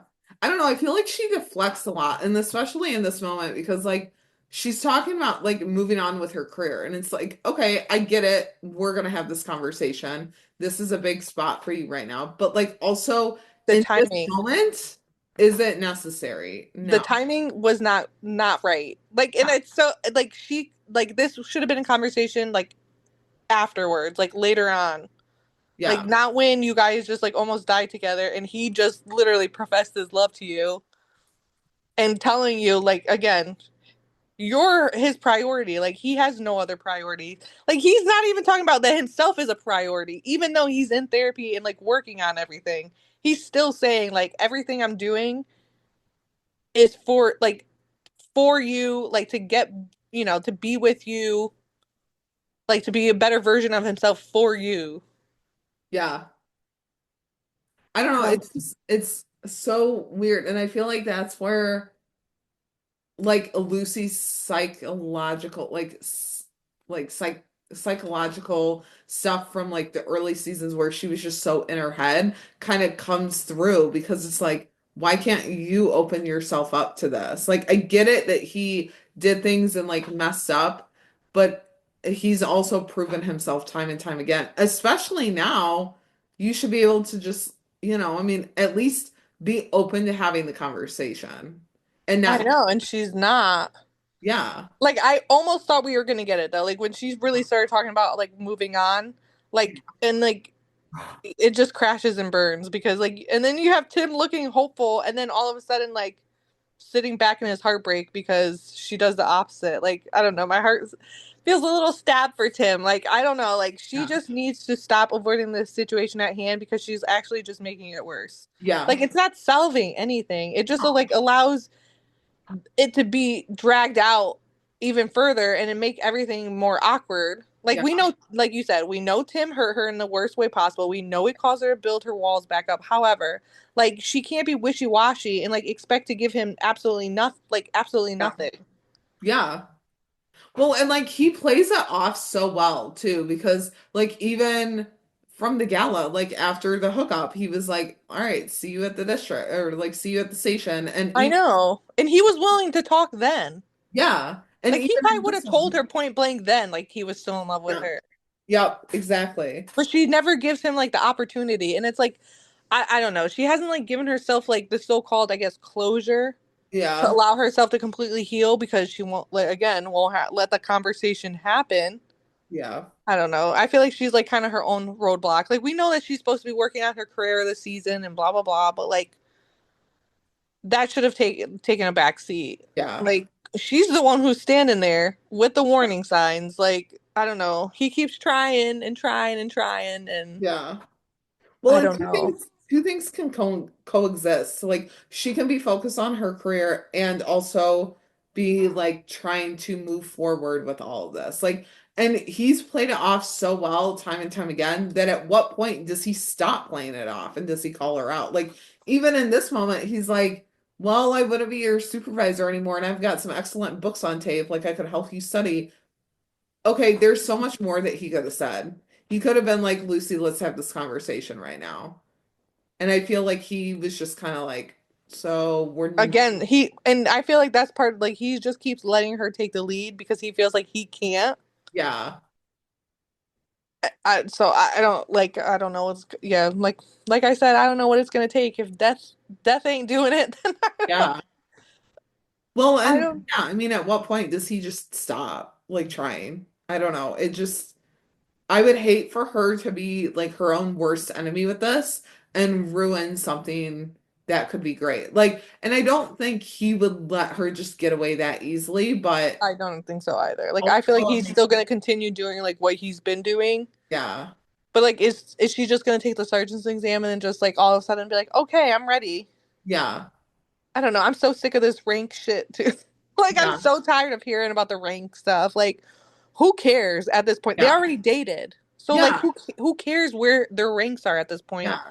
And also, like, yes, it's not as realistic, but also it's freaking TV. Just let it happen. I know. Like, everything in the rookie, like half this stuff is not realistic. So Yeah. like this one little thing, like you could let slide, but Yeah. they're they're they're not letting it, and they're just harboring on it. But Yeah. so we'll see. But I am excited. I hope we get some study sessions out of it. If we're Yeah. going there. And they mentioned the audiobook. First of all, Lucy, after recording that audiobook for him, she shouldn't even have to study. She should already know all the Yeah, that's right. all the answers. But I don't care. I will still take them in Tim's living room or wherever, studying, flirting, with their little banter. I don't know. Literally, like, I'll be any, happy with all the moments. yeah, like any moment is good. Like, I like the small moments, the big moments, but it needs to just go somewhere. And I feel like she's kind of Hmm. stepping into I it. think that's where everyone, I mean, even like right after like I feel like the fandom is torn too, because everybody can see it from both sides, but Mhm. I feel like everyone's having the trouble of like, we're not asking that Lucy get over it, like completely over it in one fell swoop. We're just asking for like some progress on her part to stop denying that their love still exists. Yeah. Yeah, because it'd be unrealistic, like if she was just like over it in one episode. Like, I'm glad Yeah. they're drawing it out a little bit, I but think Miss Lucy needs to go to her own therapy session. yeah, yeah, Well, no, I love my girl Lucy, and like I said, I see it from both sides, but I feel like I'm sympathizing with Tim a little bit more, yeah, for sure. and I think that's okay. Like, you're not gonna, agree with everything your favorite characters do. Right. Yeah. So Yeah. you go back and I go back, but we'll see. Yeah. Now getting to the most The troublemaker. part. Like, oh my gosh. So Seth comes in and he's like, I'm glad you're okay. That's good. Well, it's not good, but it's good. And I'm like, okay, you're obviously up to something. Because he's like stumbling around talking about how he got into it with the National Weather Service and did some serious yelling, mentioning the fact that they didn't update them with the fire, that the fire had shifted. And Tim's face during all of this was amazing. I wish that they'd also like zoomed in on Lucy's, but it definitely needed to focus on Tim's because this man is clocking this child. He's like, so the road wasn't safe and they just didn't tell us? Okay. And so it's like, yeah, unbelievable, right? Like somebody's gonna get fired for this. No, buddy, you are. You're the one that's gonna get fired because Nobody else. you like you're fired, buddy. Like you are. And Tim's like, I'll follow up with that and make sure that they do. And he's just like not buying any of this. And like Seth's brain breaks yet again. Like it's the static up there. And he's like, no, that's not necessary. Yeah, because you lied. Like you know that it's not true. And he's Like, do you think that there's a way to track the calls? yeah. Like, do you think they're recorded? Hmm. Because I feel like I'm like, how is Tim really gonna be able to track this down? And like, I feel like that's the only way is if they're recorded or there's a log somewhere. Yeah. I don't know because he was just like writing his notes on like legal pads. And like I'm assuming that those aren't saved, but there's got to be like a call log or like a transcription or something. And yeah, maybe from the other side because they're Yeah. they're like nationwide like Yeah. services like FEMA and stuff like that. So Yeah. Like because what Seth was on for the phone wise was they looked like old phones. So like I don't think it's tracking on his side, but I think I on know they looked like phones. Like if they were to lose service, they would still like yeah. antennas on it. Yeah. Yeah. So I don't know, but I feel like I mean the National Weather Service like is a pretty big thing. Like I feel like Tim could get in touch with them and just, be like, "Hey, I need to pull these call logs." But yeah, I mean, I don't know. Tim's definitely gonna be like looking into all of this because, and I hope that we see it over the course of a full episode or two because this is a huge thing to lie about. So, Mm-hmm. and Tim's already been suspicious of Seth, like from the last few episodes, from really episode one, but I feel like this now just like gives red alerts like all over. So. But yeah, so that's like I put the fear of God in them. Like I don't think that, it'll be a problem. And Tim's just like, yeah, no. He like even narrows his eyebrows at him. And Lucy, she's like kind of becoming suspicious at this point. She's like, okay, something's up because why would you use that? And then when I was thinking, I was like, okay, last week when Tim told Lucy, "Do you want me to put the fear of God into him?"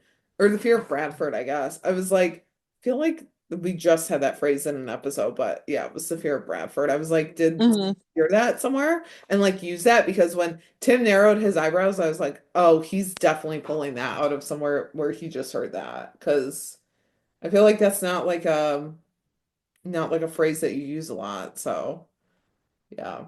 But then Seth turns his focus to checking on his TO, and even Lucy's like, dude, what's going on? Like, you're weirder than normal. So he leaves, and they both exchange looks, and they're both suspicious. And Seth's like, yeah, I gotta go back to the station. And I'm like, are you going back there or are you going home? Because at this point, like, I want to follow you. Let's put Nyla on Seth's detail and have Like, I want to know what he did with the note. Like, is it still in his pocket while he's talking to them? Or, like, did he get rid of it somewhere on the way there? I almost want to see it like fall out of his pocket. Like he's like doing something and it like falls out and he never notices and someone picks it up.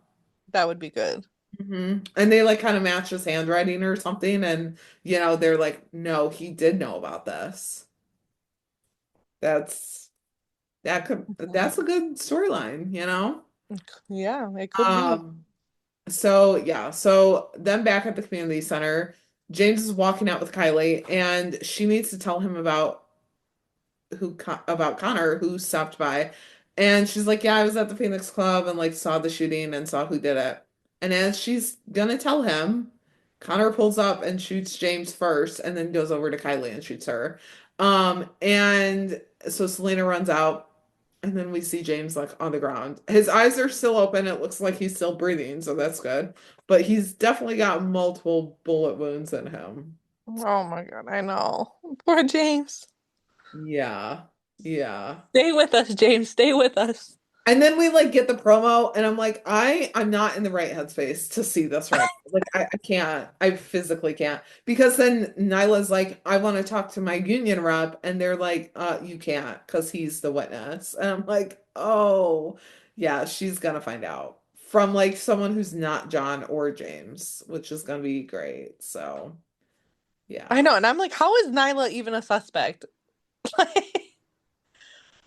Is she though? I no, I Yeah, thought, because they were questioning her, and she was like, oh yeah. that's why she was like, I'm not answering anything without John there. And then, and I'm like, she was clearly at the station with everybody, putting Glasser in a cell at the same time this is happening. So, like, she Maybe couldn't have left the police station that fast. yeah. Maybe they're asking her because like she was at the shelter and like she was dealing with all the Glasser stuff. Maybe they think that's connected. I don't know. But like I don't see how they would think that. So I don't know. I'm glad that we only have to wait like technically a week in between the two episodes Mm-hmm. for this to come back though, because I couldn't imagine waiting like the normal mid-season time where it's like a few weeks to a few months. Like, I know. no. Like let's keep it going. So yeah, that's about it for the episode. We do have some listener thoughts. So Mandy had said probably the best episode of the season. It definitely left you on the edge of your seat, not knowing what would come next. What a cliffhanger. It really had us thinking something happened to John, Angela, and Nyla, especially when there were sounds of gunshots. Yeah, definitely. Um, Clearly, what I missed. yeah, I only heard the gunshots when like John and Glass were fighting. I clearly yeah, missed the first one. yeah. Well, I feel like because we saw the gun like all over the place, so. And then Brian also said, good episode. I think Chenford is better as friends and professional colleagues, which I agree with. That's where they started off. So like that's their foundation forever. But they definitely are good when they're together. Yeah. So, seven, I guess it's seven Adam 19, 7A19 rookie said it was probably the best episode they've had in a long time, and I need the next 2 weeks to fly by. I feel like it was definitely the best episode of the season. Like, I think it's one because we've had episodes every week, and two, Hmm. it's just been a strong season to begin with, but this episode like in particular was really strong. Becky also said Lucy not telling Tim she loves him back with what could have been her last breath and telling him to she's prioritizing her career and not him broke my heart a little. I hope she forgives him soon and is ready for the talk. And I think he's done more than enough to deserve it now. He definitely has. Yeah, like she's just gotta get, like I said, gotta give him a little something.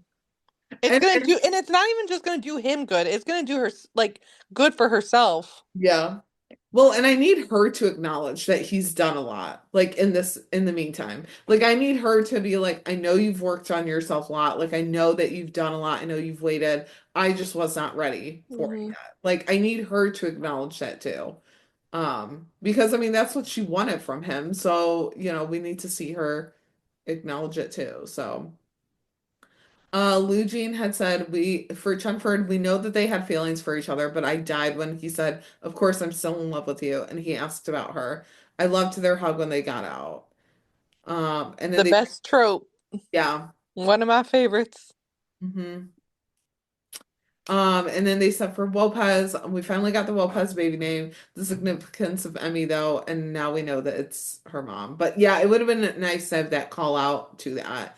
And I'm wondering if that's still to come. Like they just wanted to get the name mention out there. Yeah, But because I feel like we don't know anything that's supposed to like go on with Angela and Wesley like this season. yeah, yeah. Like we've had some, but not much. Not like anything major. No, so I'm waiting for at least yeah, a storyline for them to come up. Maybe Yeah. it's they're saving it for the end of the season when like Monica comes back around, but Yeah. And I understand why they did name the baby after her mom. Like that's a great namesake. But also there's got to be more to it, right? Like I mean, I don't know. It just yeah, it seems like there's stuff missing. Like you had said, like I wish it was mentioned in an episode that has something to do with her mom or that we got to see more Lopez together because it was just like a a like throwaway line. yeah, like she wasn't even there for that. And while it wasn't like a significant thing that the writers I'm sure were really worried about because it took them almost 2 years to come up with it, but like I feel like the characters deserved more with that. I don't know. So, Lou Jean also said James, I could sense that there was a vibe between James and the woman, but come on. Also, did he get shot multiple times? He definitely did, but I don't know. I don't know how many times. I feel like it was like four, but I don't know. I know, I think 4 or 5 at least. Like Kylie definitely took like 5 or 6 Yeah. bullets. I mean, it's definitely bad because even Selena in the promo is like, no, like it's really bad. And I feel like they're gonna kill Kylie off too. Like I feel like she's not gonna survive. Like James is gonna survive, but she's not. yeah. Yeah, I definitely don't think Kylie survived because she had more shots. Which was And, probably, I mean, the whole point of it. and I Like, feel like that's gonna add more to this like cheating thing because it's only gonna be James' side, like not hers, to yeah. like corroborate anything. Like being like, yeah, I'm the one who Yeah. kissed him, like read the room wrong type of thing. Yeah. Like Well, it and was only a maybe one-time thing. that's why Nyla's questioned. That has to be because they find out about the kiss. They figure that it was her doing it out of like jealousy, for lack of a better word. And, she's gone, so she can't like say anything. That's Hmm. gotta be what it is. So they also said there was so much going on in this episode. They really went Glasser is gone, time for a new villain in regards to the new promo with the gang. They really did. So Hmm. yeah. That's about it for this episode. You guys can find us on Twitter at the Shop Talk Pod _ or email us at shoptalktherookiepodcast@gmail.com with all of your thoughts. You can find us individually on Twitter as well. I'm at jstark804 and Carrie is at Carrie Hyman. We're on TikTok at the Shop Talk Podcast _ also on Blue Sky at the Shop Talk Pod. We also have TeePublic merch. But yeah, Nikki, this was so much fun. Thank you so much for joining me. I know. I'm always fun. I'm always happy to be here. I have a great time. Yeah. And where can everyone find you on social media? Everyone can find me. So I'm at the same username on Twitter or X, whatever you want to call it now. Blue Sky and Tumblr, all at Halstead Sass. Great. And then I'll be back March, like the week that the show comes back, March 11th, with a new episode. So see you then. Bye, everyone. Bye. Go get him, boo.